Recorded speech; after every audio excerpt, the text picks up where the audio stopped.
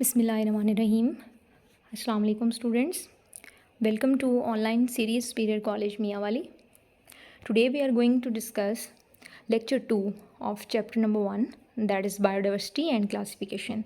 Previous lecture के अंदर मैंने आपको बायोडाइवर्सिटी और क्लासिफिकेशन का कॉन्सेप्ट दिया था कि हमारे पास बेसिकली बहुत बड़ी तादाद में जियोग्राफिकल रीजन जो है यानी अर्थ के ऊपर लाइफ मौजूद है, that is collectively termed as biodiversity. ठीक है, तो उस सब के अंदर प्रॉपर जो हमने ग्रुपिंग करके उसको स्टडी के लिए इकट्ठा किया हुआ है, मुख्तलिफ़ तरह के ग्रुप्स में डिवाइड किया हुआ है, दैट इज़ क्लासिफिकेशन। ठीक है, यानी लाइफ के अंदर वैरायटी है, उसके हमने डिफरेंट ग्रुप्स बना दिए हैं। तो इस चैप्टर के अंदर हमने ये चीज़ें जो है वो डिस्कस करनी थी। उसके बाद मैंने आपको बताया था कि बेटा जो बायोडाइवर्सिटी है या जो लाइफ के अंदर वैरायटी है, इसको हमने 5 डिफरेंट किंगडम्स के अंदर डिवाइड कर दिया है, जिसकी टोटल हमारे पास 3 डोमेन्स बन रही थी। ठीक है, one of the first and the major domain is domain archaea. अब प्रीवियस लेक्चर के अंदर कुछ स्टूडेंट्स को कन्फ्यूजन भी आ रही थी कि मैडम आर्किया जो है ये कहाँ पर मौजूद होते हैं। Basically present in variety of environments. ठीक है, इस चीज़ को हम डिस्कस करेंगे कि उन बैक्टीरिया के नाम क्या होते हैं, यानी आर्किया के नाम क्या होते हैं और ये कहाँ कहाँ पर मौजूद हो सकते हैं, क्या क्या इनके फंक्शंस हो सकते हैं। ठीक है, लेकिन बेसिकली अगर हम लाइफ के ओरिजिन की बात करें तो लाइफ जो है हमारे पास अकॉर्डिंग टू साइंस, बार बार मैं आपसे कह रही हूँ कि जितनी भी चीज़ें हम इस चैप्टर के अंदर पढ़ेंगे, ठीक है, वो सारी की सारी हमारे पास साइंस के ऊपर बेस करेंगी, purely based upon the theory of natural selection. ठीक है, जो कि साइंस की थ्योरी है, जो कि हमारे रिलीजन से टोटली अपोजिट जाएगी। तो अकॉर्डिंग टू साइंस हमारे पास जो लाइफ का ओरिजिन है, ठीक है, ये कहाँ से स्टार्ट हुआ है बेटा, ये हॉट वाटर से स्टार्ट हुआ है। मतलब शुरू में हमारे पास अर्थ का टेम्परेचर बहुत ज़्यादा था और जो हमारे पास हॉट वाटर की रिजर्वायर्स थी यानी गर्म पानी के चश्मे थे, उसके अंदर एक लाइफ प्रेजेंट थी जिनको हमने आर्किया का नाम दिया था। तो बेसिकली हम अगर ओरिजिन के हिसाब से देखें तो आर्किया जो है ये गर्म पानी में मौजूद होते थे। उसके बाद आहिस्ता आहिस्ता लाइफ आगे एवॉल्व हुई और उसके अकॉर्डिंग डिफरेंट फॉर्म्स जो है हमारे पास वो आती गई। अब बेटा आर्किया के बारे में हमने देखना है कि क्या इसके कैरेक्टर्स ऐसे हैं, क्या इसमें यूनिक देखा था। कार्ल वॉज ने उन्होंने कहा था कि नहीं, इनको एक सेपरेट डोमेन के अंदर होना चाहिए, ये बैक्टीरिया के साथ भी मौजूद नहीं होंगे और यूकैरियोट्स के साथ तो ऑब्वियसली वैसे नहीं होंगे क्योंकि इनका सेल ही प्रोकैरियोटिक है। तो अब वो कहते हैं क्या ऐसी कैरेक्टरिस्टिक्स हैं जो इसको यूनिक बनाती हैं। ठीक है, यानी इनकी जो सेल मेम्ब्रेन है ये बैक्टीरिया और यूकैरियोट्स से कैसे डिफरेंट है, इनकी जो सेल वॉल की कंपोजिशन है वो कैसे डिफरेंट है, जेनेटिक डिफरेंसेस इन तीनों डोमेन्स के आपस में क्या हैं, मेटाबॉलिज्म यानी इसके सेल लेवल पर जो मुख्तलिफ केमिकल रिएक्शंस हो रहे हैं, how these are different from other 2 domains. ठीक है, उसके बाद मेजर ग्रुप्स हमारे पास या एग्जाम्पल्स। आपको पता है कि सबसे बेसिक चीज़ होती है किसी भी कॉन्सेप्ट को अंडरस्टैंड करने के लिए। सो बेटा first of all cell membrane. Cell membrane का आपको बहुत बेहतर तरीके से कॉन्सेप्ट है कि इसको हमने फ़िज़िकल क्लासेस में स्टडी किया था और बेटा आपसे कहा गया था कि ये यूकैरियोटिक सेल्स के जो कैरेक्टर्स हैं ना वो आपसे डिस्कस हो रहे हैं। ठीक है, वो जो चैप्टर हमने स्टार्ट किया हुआ था आपको बताया गया था स्टार्ट में कि प्लांट का सेल है, एनिमल सेल है। ठीक है, both these are eukaryotic cells. ठीक है, ये आपसे बात हो रही है। तो अब बेटे हमारे पास यूकैरियोटिक सेल मेम्ब्रेन की ही बात हुई थी, वहाँ पर हमने कहा था कि उसमें डिफरेंट मॉडल्स होते हैं, लेकिन सबसे जो एविडेंट मॉडल है हमारे पास that is fluid mosaic model. उसके अकॉर्डिंग जो मेजर कंपोजिशन में सेल मेम्ब्रेन के अंदर चीज़ें आ रही थी वो एक तो बेटा लिपिड्स थे और दूसरा प्रोटीन्स थी। ठीक है, अब वो कहता है कि जो यूकैरियोटिक सेल की मेम्ब्रेन होती है वो तो आपके पास फ्लूइड मोज़ेक मॉडल को फॉलो कर रही है और जब हम उसके अंदर केमिकल्स की बात करें तो वो 2 तरह के केमिकल थे। ठीक है, कौन कौन से बेटा, एक हमारे पास लिपिड्स और दूसरा प्रोटीन्स, लेकिन उसके अलावा भी माइनर परसेंटेजेस में बायोमोलिक्यूल्स हमारे पास मौजूद थे लाइक कार्बोहाइड्रेट्स वगैरह। ठीक है, अब वो कहते हैं कि जो आर्किया की सेल मेम्ब्रेन होती है इसमें एक तो लिपिड होता है, ठीक है, with Easter linkage between glycerol and fatty acid. अब ये खास किस्म का लिपिड होता है हमारे पास ना। ठीक है, लिपिड्स की बहुत बड़ी क्लासिफिकेशन है ना। तो एक हमारे पास लिपिड होता है उसको बेटा हम इसाइल ग्लिसरॉल बोलते हैं ना। ठीक है, यानी लिपिड्स के आगे मुख्तलिफ ग्रुप्स होते हैं ना, तो इसाइल ग्लिसरॉल हमारे पास एक लिपिड होता है। अब वो कहता है कि वो लिपिड जो है हमारे पास वो 2 चीज़ों से मिलकर बनता है। कौन कौन सी होती हैं बेटा, ग्लिसरॉल एंड फैटी एसिड। ठीक है, अब ग्लिसरॉल क्या चीज़ है, ग्लिसरॉल जो है बेसिकली आपके पास बेटा एक 3 कार्बन अल्कोहल है। ठीक है, और इसको पॉलीहाइड्रिक अल्कोहल भी कहा जाता है। क्या है बेटे, 3 कार्बन अल्कोहल है हमारे पास। अब 3 कार्बन अल्कोहल जो है उसमें आपने डिफरेंट अल्कोहल्स के बारे में पढ़ा हुआ होता है, ठीक है, जब आप स्टडी कर रहे होते हैं, मिथाइल अल्कोहल, इथाइल अल्कोहल। तो इसकी जो स्पेशलिटी है वो क्या है कि इसके अंदर मल्टीपल जो है वो OH ग्रुप या हाइड्रोक्सिल ग्रुप जो है वो लगे हुए होते हैं, ठीक है। तो कुछ इस तरह से हमारे पास जो है ये इसका स्ट्रक्चर बनेगा कि इसमें 3 कार्बन मौजूद होते हैं, ठीक है, और एक साइड पे जो है ये इसका OH ग्रुप मौजूद होता है,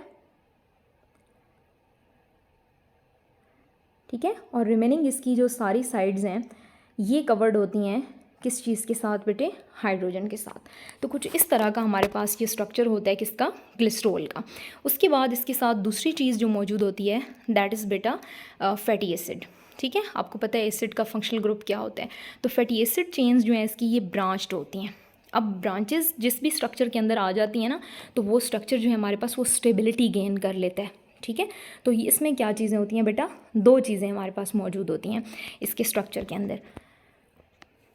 on the other hand bacteria और यूकैरियोट्स की जो आपके पास प्लाज्मा मेम्ब्रेन होती है, ठीक है, या सेल मेम्ब्रेन होती है, इसमें लिपिड्स के साथ जो फैटी एसिड्स होते हैं, ठीक है, वो ग्लिसरॉल के साथ एस्टर लिंकेज बनाते हैं, और वो जो फैटी एसिड्स हैं वो आपके पास अनब्रांच्ड होते हैं। अब फैटी एसिड का मैं आपको थोड़ा सा यहाँ पर कॉन्सेप्ट देती हूँ, इसका स्ट्रक्चर मैं बनाने की कोशिश करती हूँ। I hope you will understand. इसमें जो है बेटा fatty acid, general fatty acid में ये देखें सेंटर में इसके कार्बन है, ठीक है, एक साइड पे इसमें R ग्रुप होता है। आपको पता है ये वेरिएबल ग्रुप होता है ना हमारे पास, अल्काइल ग्रुप, ठीक है। कार्बन के साथ डबल बॉन्ड होता है और एक साइड पे OH ग्रुप होता है। ये आपके पास क्या चीज़ है, ये एक जनरल फैटी एसिड का फार्मूला है जो कि आपको इस तरह से भी लिखा हुआ नज़र आता है मुख्तलिफ जगहों पर, ये चीज़, ठीक है। तो अब वो कहता है कि ब्रांच्ड और अनब्रांच चीज़ से क्या मुराद है, ये जो टर्म यूज़ हो रही है। अब ये जो हमारे पास बेसिकली बेटा R ग्रुप है ना, R ग्रुप के ऊपर वेरिएशन होती है यहाँ पर, ठीक है। अगर हमारे पास जो इसमें ब्रांच बनेगी आगे या अनब्रांच बनेगी तो उसके अकॉर्डिंग जो है ये स्ट्रक्चर क्या होता जाएगा बेटे, डिफरेंट होता जाएगा। अब यहाँ पर जो है इसमें थोड़ा सा इसने इसको स्ट्रक्चर को एक्सप्लेन करने की कोशिश की है, लेकिन ज़रा ये ज़्यादा कॉम्प्लेक्स हो गया। ये आपको जो है वो पेज पे ना ड्रॉ करके इसमें स्ट्रक्चर बता दिया जाएगा। उसके बाद हमारे पास आ जाती है बेटा सेल वॉल। सेल वॉल की अगर हम कंपोजिशन की बात करें तो cell wall of archaea lacks cellulose, ठीक है, एंड पेप्टाइडोग्लाइकेन। आपको पता है कि जो सेल वॉल होती है हमारे पास यूकैरियोट्स की, उसमें क्या चीज़ होती है, सेलुलोज होता है। प्लांट्स की जो सेल वॉल होती है, ठीक है, फंजाई की जो सेल वॉल होती है that is made up of chitin. इसी तरह से बैक्टीरिया की जो सेल वॉल है आपको कहा था पेप्टाइडोग्लाइकेन की बनी हुई होती है। लेकिन अब वो कहता है कि यहाँ पर जो प्लाज्मा मेम्ब्रेन है, सेल वॉल है, उसमें थोड़ा सा डिफरेंस है। अब वो बेटे पॉलीसेक्राइड्स और प्रोटीन्स 2 चीज़ों की बनी हुई होती है, यानी बजाय इसके कि उसमें सेलुलोज और पेप्टाइडोग्लाइकेन होगा, इसमें क्या चीज़ होती है, पॉलीसेक्राइड्स। पॉलीसेक्राइड्स क्या हैं बेटा, हमारे पास कार्बोहाइड्रेट्स हैं and proteins. Some archaea have pseudopeptidoglycan, ठीक है, यानी पेप्टाइडोग्लाइकेन की तरह का स्ट्रक्चर उसके अंदर होता है, pseudo mean false. On the other hand bacterial cell walls contain peptidoglycan. Peptidoglycan क्या चीज़ है बेटे, it's the combination of 2 words peptido and glycan. Peptido का वर्ड प्रोटीन से लिया है, पेप्टाइड से, ठीक है, और ग्लाइकेन का वर्ड जो है हमने कहाँ से लिया है, जो शुगर्स हैं, ठीक है, या कार्बोहाइड्रेट्स। सो पेप्टाइडोग्लाइकेन क्या चीज़ है हमारे पास, polymer consisting of sugars and amino acids that provide structural support. Eukaryotes की जो सेल मेम्ब्रेन होती है इसमें आपको पता है कि सेलुलोज होता है, काइटिन होता है, जैसे मैंने आपको बता दिया, ठीक है। तो अब वो कहता है कि इसकी सेल वॉल यानी मेजर, इसमें हमें ये क्या बात बताना चाह रहा है कि जो सेल वॉल होती है आर्किया की that is made up of polysaccharides and proteins और सीडोपेप्टाइडोग्लाइकेन, ठीक है। और जो यूकैरियोट्स की हमारे पास सेल वॉल होती है दैट्स मेड अप ऑफ किस चीज़ की बनी हुई होती है, सेलुलोज एंड काइटिन। और जो हमारे पास डोमेन बैक्टीरिया है उसकी सेल वॉल बनी हुई होती है बेटे पेप्टाइडोग्लाइकेन और म्यूरिन की। अब वो कहते हैं मेटाबॉलिज्म, मतलब इसके सेल के अंदर क्या यूनिक केमिकल रिएक्शंस हो रहे हैं जिसकी वजह से आप इनको बैक्टीरिया के साथ नहीं प्लेस कर सकते थे। Archaea have the unique metabolic processes like methanogenesis, एक बड़ा इंपॉर्टेंट हमारे पास कॉन्सेप्ट है। मिथेनोजेनेसिस क्या है, that is the production of methane, ठीक है, जो कि बैक्टीरिया और यूकैरियोट्स का कैरेक्टर नहीं है। मतलब ये बैक्टीरिया जहाँ पर भी हमारे पास आर्किया मौजूद होंगे जिस भी इन्वायरमेंट के अंदर, तो ये कोई नॉर्मल केमिकल रिएक्शन परफॉर्म नहीं करेंगे लाइक जैसे हमारे पास बैक्टीरिया कर रहे होते हैं या यूकैरियोटिक लाइफ करती है। मतलब उनके सेल के अंदर फोटोसिंथेसिस नहीं हो रही होगी, नाइट्रोजन की फिक्सेशन नहीं कर रहे होंगे, वो फर्मेंटेशन नहीं कर रहे होंगे। फर्मेंटेशन क्या होती है उसमें बेटा, हमारे पास ये जो मुख्तलिफ़ तरह के लैक्टिक एसिड वगैरह, अल्कोहल्स वगैरह, ये चीज़ें बन रही होती हैं। ठीक है, तो अल्कोहलिक और लैक्टिक एसिड फर्मेंटेशन हम उनको कहते हैं। तो कहता है कि ये इस तरह के केमिकल रिएक्शंस आपको नज़र नहीं आएंगे कि आर्किया परफॉर्म कर रहे हैं। ठीक है, इसी तरह से in eukarya metabolic processes are often more complex. ठीक है, जिसमें सेलुलर रेस्पायरेशन है, फोटोसिंथेसिस है, मतलब दोबारा वही बात की जा रही है। तो इन शॉर्ट मेटाबॉलिज्म में वो हमें कहना चाह रहा है कि मिथेनोजेनेसिस का एक प्रोसेस होता है, मतलब कि इसमें मीथेन की प्रोडक्शन हो रही होती है। जिस भी इन्वायरमेंट के अंदर ये बैक्टीरिया रह रहे होंगे ना, वहाँ पे बेटा मीथेन प्रोड्यूस हो रही होती है। इन शॉर्ट आपने ऐसे लेना है इसको। जेनेटिक डिफरेंसेस की बात करें तो बहुत सारे इसमें जेनेटिक सीक्वेंसेस की जब हम बात करें, रेगुलेटरी फीचर्स जो हैं इनके बैक्टीरिया से बहुत डिफरेंट हैं। ठीक है, जैसे प्रीवियस लेक्चर में भी आपसे बात हुई थी कि इनका और बैक्टीरिया का किंगडम सेम है, लेकिन इनके जो कैरेक्टर्स हैं यानी जेनेटिक सीक्वेंसेस हैं, डीएनए का सीक्वेंस है, ठीक है, या प्रोटीन्स की फॉर्मेशन का सीक्वेंस है, जिनको इसने रेगुलेटरी फीचर्स बोला हुआ है, तो ये इनके जो कैरेक्टर्स हैं ये यूकैरियोट्स से ज़्यादा मिलते हैं। तो ये क्लोज एवोल्यूशनरी रिलेशनशिप शो करते हैं यूकैरियोट्स के साथ एज़ कम्पेयर टू जो हमारे पास अदर प्रोकैरियोट का डोमेन है बैक्टीरिया। अब वो कहते हैं आर्किया की सिग्निफिकेंस क्या है, यानी फ़ायदा क्या है एनवायरनमेंट में, या नुकसान क्या हो सकता है इसका। Archaeans which live in the high acidity, ठीक है, and alkalinity are a source of enzymes that can function under harsh conditions. जैसे कि आर्किया जो है हमारे पास वो हार्श इन्वायरमेंट में रहने वाले बैक्टीरिया हैं, तो उनके जो एंजाइम्स हैं बेटा वो टेम्परेचर इनसेंसिटिव हैं, पीएच इनसेंसिटिव हैं, उनको फ़र्क नहीं पड़ता अगर हम पीएच और टेम्परेचर चेंज करें तो। और आपको पता है कि पीएच और टेम्परेचर कितने यूनिक फैक्टर्स कंसिडर होते हैं किसी भी एंजाइम की एक्टिविटी में। तो कोई भी एंजाइम अगर इन दो फैक्टर्स का असर नहीं लेगा तो फिर तो जाहिर सी बात है वो किसी भी तरह के एनवायरनमेंट में उसको यूटिलाइज़ किया जा सकता है। ठीक है, तो वो कहते हैं यूजुअली कहाँ रहते हैं, जहाँ पे एसिडिटी बहुत ज़्यादा होती है या अल्कलैनिटी बहुत ज़्यादा होती है। अल्कलैनिटी का मतलब होता है सिलाइन सॉइल्स, मतलब वहाँ पे नमकियात बहुत ज़्यादा होते हैं। For example enzyme of DNA replication have been extracted from such archaeans. अब डीएनए की जो रेप्लिकेशन होती है ना बेटा, एक टेक्निक होती है हमारे पास पीसीआर, पॉलीमरेज चेन रिएक्शन, उसके ज़रिए से हम एक मशीन के ज़रिए से डीएनए की मल्टीपल कॉपीज़ बनाते हैं ना, तो वहाँ पर हमें एक एंजाइम की ज़रूरत पड़ती है। अब वो जो मशीन होती है ना उसका टेम्परेचर ऑटोमेटिकली खुद ब खुद चेंज होता रहता है, मतलब कभी टेम्परेचर उसका 50 पे पहुँच जाएगा, कभी 72 पे पहुँच जाएगा, कभी 100 के करीब पहुँच जाता है। तो आपको पता है वहाँ पे नॉर्मल जो लाइफ है उसके एंजाइम्स काम नहीं कर सकेंगे, वहाँ पे कोई ऐसा एंजाइम ही काम करेगा जो कि टेम्परेचर इनसेंसिटिव हो, जिस पर कोई असर ना पड़े टेम्परेचर का।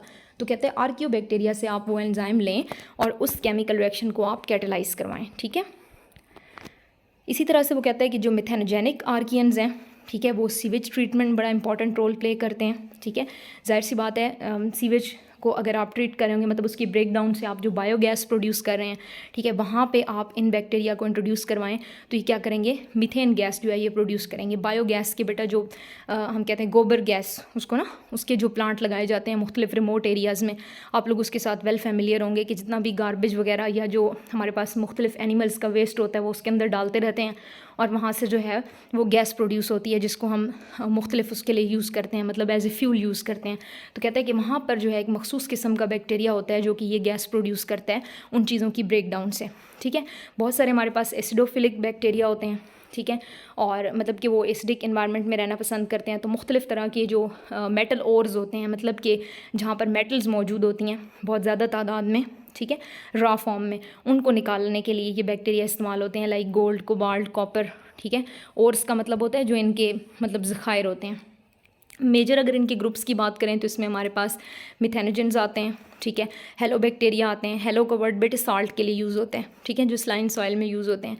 थर्मोकोक्साई बैक्टीरिया हैं जो कि हॉट इन्वायरमेंट्स में होते हैं, ठीक है। थोमार्कियोटा हमारे पास एक बैक्टीरिया होता है जो कि नाइट्रोजन साइकिल के अंदर यूज़ होता है, ठीक है बेटे। तो इन बैक्टीरिया को आपने ठीक से याद कर लेना है और इसके कैरेक्टर्स को यानी डोमेन आर्किया को आपने लॉन्ग क्वेश्चन के लिए जो है वो अच्छे तरीके से प्रिपेयर कर लेना है, ठीक है। रिमेनिंग आपको शॉर्ट क्वेश्चन जो हैं वो एक्सप्लेन कर दिए जाएंगे। सो बेटे that was all about the lecture. Thank you so much students. अल्लाह हाफिज़।